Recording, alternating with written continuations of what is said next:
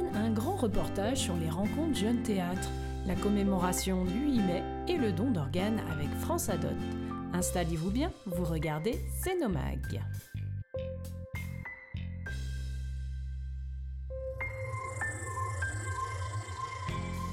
« 14e rencontre Jeunes Théâtre ». L'Auditorium Céno recevait du 14 au 18 mai environ 2500 collégiens et lycéens. Ateliers, spectacles, expositions, un programme riche et varié autour du théâtre. La journée du lundi était réservée aux primaires avec une découverte du milieu du spectacle. La régie, son et lumière, visite du plateau et des loges, et tout cela expliqué par les techniciens de l'Auditorium. Deux lycéennes ont également expliqué aux enfants leur travail de création de costumes. Alors cela, comme on avait fait un voyage en Italie, on avait récupéré donc nos masques blancs à la base et après chacun a décoré comme il le voulait. Le lycée professionnel Germain Sommeiller d'Annecy propose une section technicien des métiers du spectacle. Les 3 classes de primaire sélectionnées pour cette journée, une classe de Villaz, une classe du Parmelan à Annecy et une classe de l'école bilingue d'Annecy-le-Vieux, ont tourné toute la matinée sur ces différents ateliers. La comédienne Hélène Lenoir proposait quant à elle un atelier sur le masque. On avait des petits ateliers de 20 minutes simplement. Et 20 minutes, c'est pas beaucoup, mais ça a permis au moins qu'on puisse aborder un petit échauffement et puis aussi aborder le théâtre masqué. Voilà, c'était de jouer avec déjà juste notre corps, voir ce que ça donnait, et puis qu'ils se donnent un petit peu qu'ils se rendent compte, on va dire, simplement de ce que c'est déjà juste en faisant pas grand-chose, déjà on peut faire beaucoup.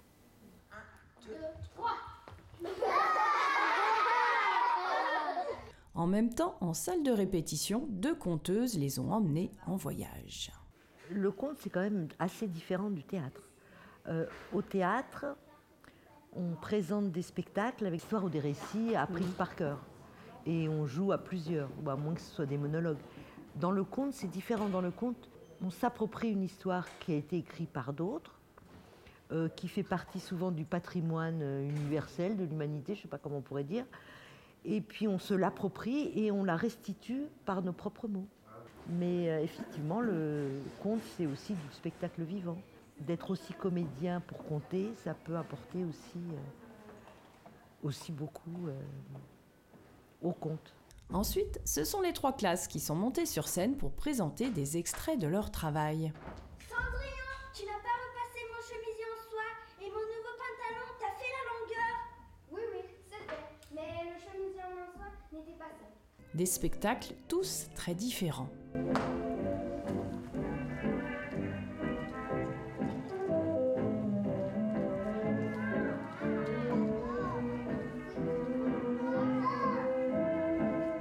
Et Hélène Lenoir était là pour les aider à avancer. Alors moi, je vais leur faire un petit retour sur ce que j'aurais vu. Et puis l'idée, c'est aussi que les enfants prennent la parole et se critiquent.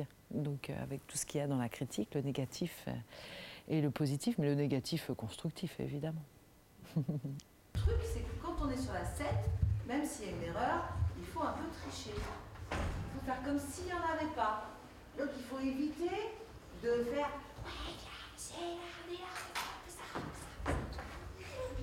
Il ne faut pas discuter, il faut se regarder. Et quand il y en a un qui a fait quelque chose, si on se dit « Ah oui, il a raison », eh ben on fait comme lui. L'après-midi, les 3 classes ont pu découvrir le spectacle La vraie fiancée d'Olivier Py. Vous parlez toujours à ma place. C'est votre désir que je dis. Elle est muette comme un dieu. Je serai cruelle comme un dieu. Voulez-vous être un homme avec des désirs inassouvis, des réconforts bancals, des amours dérisoires, l'anonymat, la culpabilité, l'ennui? Non, je ne veux pas être un homme. Quoi là? On présente aussi traditionnellement, maintenant depuis un certain temps, le jour de l'ouverture, le travail de notre classe de 5e, puisque c'est la journée des primaires, et à destination des CM2 essentiellement. Donc ils sont en âge de comprendre les enjeux des pièces qui sont jouées par les 5e, et en général ça se passe toujours très bien. C'est donc ce qu'on a fait cet après-midi. Donc c'est notre classe de 5e, classe horaire aménagée théâtre, qui a présenté son travail, alors qu'il était un travail en cours, hein, il n'est pas complètement abouti, puisqu'il sera joué les 5, 7 et 8 juin. Mais enfin, voilà, il était déjà suffisamment avancé pour qu'on puisse le présenter. Oh mon ange, viens, au secours! Il ne viendra pas. c'est l'ange des enfants qui travaille, pas des amoureux qui souffrent. Pour lui, ce n'est rien. Ce n'est rien?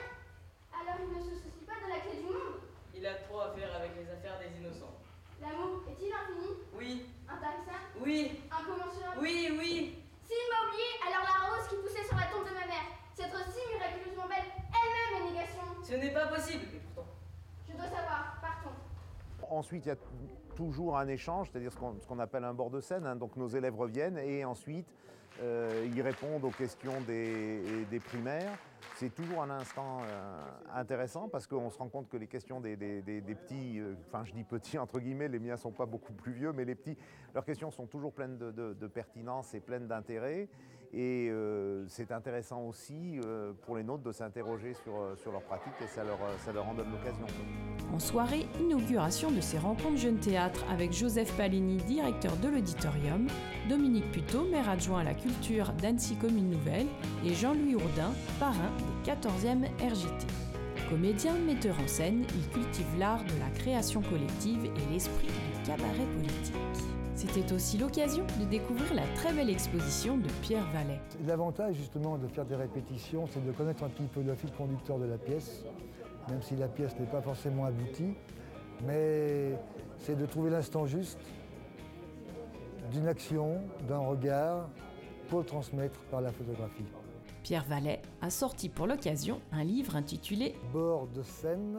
Donc l'exposition comporte une vingtaine de photographies et dans le livre, il y a 75 photographies avec un texte de Baptiste Marais et de Jean-Louis Ourdin qui est le parrain de ces 14e rencontres. L'expo est visible en mairie jusqu'au 8 juin et vous pouvez acheter le livre auprès de l'auditorium. Une 14e édition très réussie grâce à une équipe de professionnels et des professeurs toujours aussi passionnés.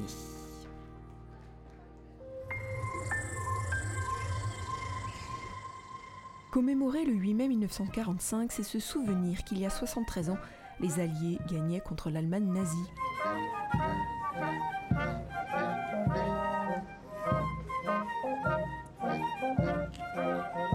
Sur ces nots, les commémorations ont lieu en présence des représentants des gendarmes, de la police municipale, des sapeurs-pompiers d'Épagny, des porte-drapeaux et des anciens combattants, des soldats du 27e BCA, des élus du conseil municipal de Sénaux, ville déléguée d'Annecy. Après l'appel des morts par René Bruyère, s'en est suivi le dépôt de gerbes de fleurs au pied du monument L'Aube.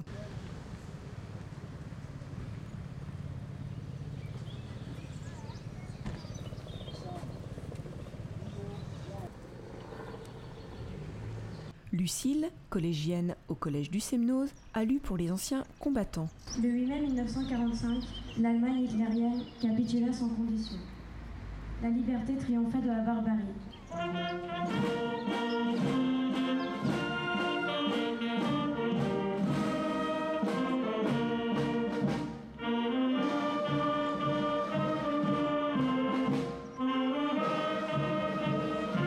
Et Olivier Barry a fait la lecture du message de la secrétaire d'État aux anciens combattants auprès de la ministre des Armées.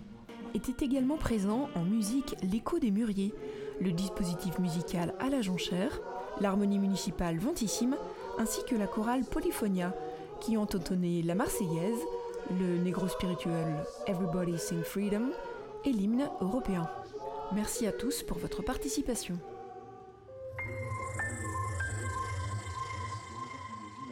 Aujourd'hui, Cénomag est à Cap-Péria pour l'Assemblée Générale de France Adot 74, une association qui milite pour le don d'organes et de tissus. Le 9 novembre 2014. Une date dont vous vous souviendrez toute votre vie? Ah, c'est une soirée qui, quand on m'a appelé, c'était 3h du matin. Et là aussi, je devais me rendre en Italie. Et j'ai dû annuler tout de suite. Et je suis parti, arrivé à 6h du matin à Grenoble. Tout de suite, on m'a pris en charge. Et à midi, j'étais sur la table d'opération.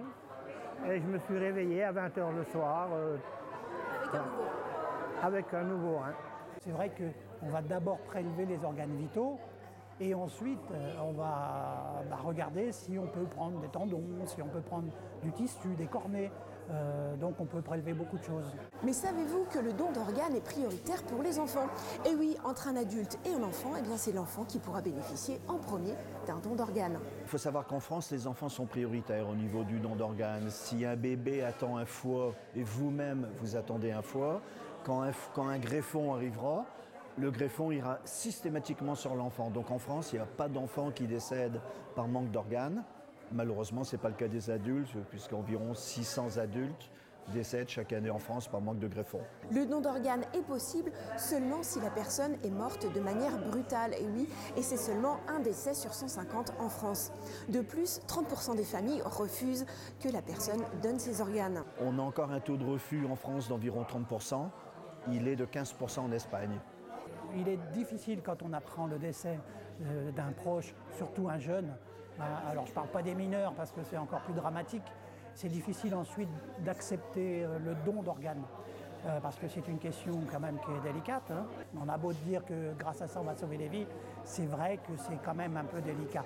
Hein. Voilà. Il y a pénurie de greffons dans tous les pays du monde. Hein. La pénurie n'est pas propre à la France.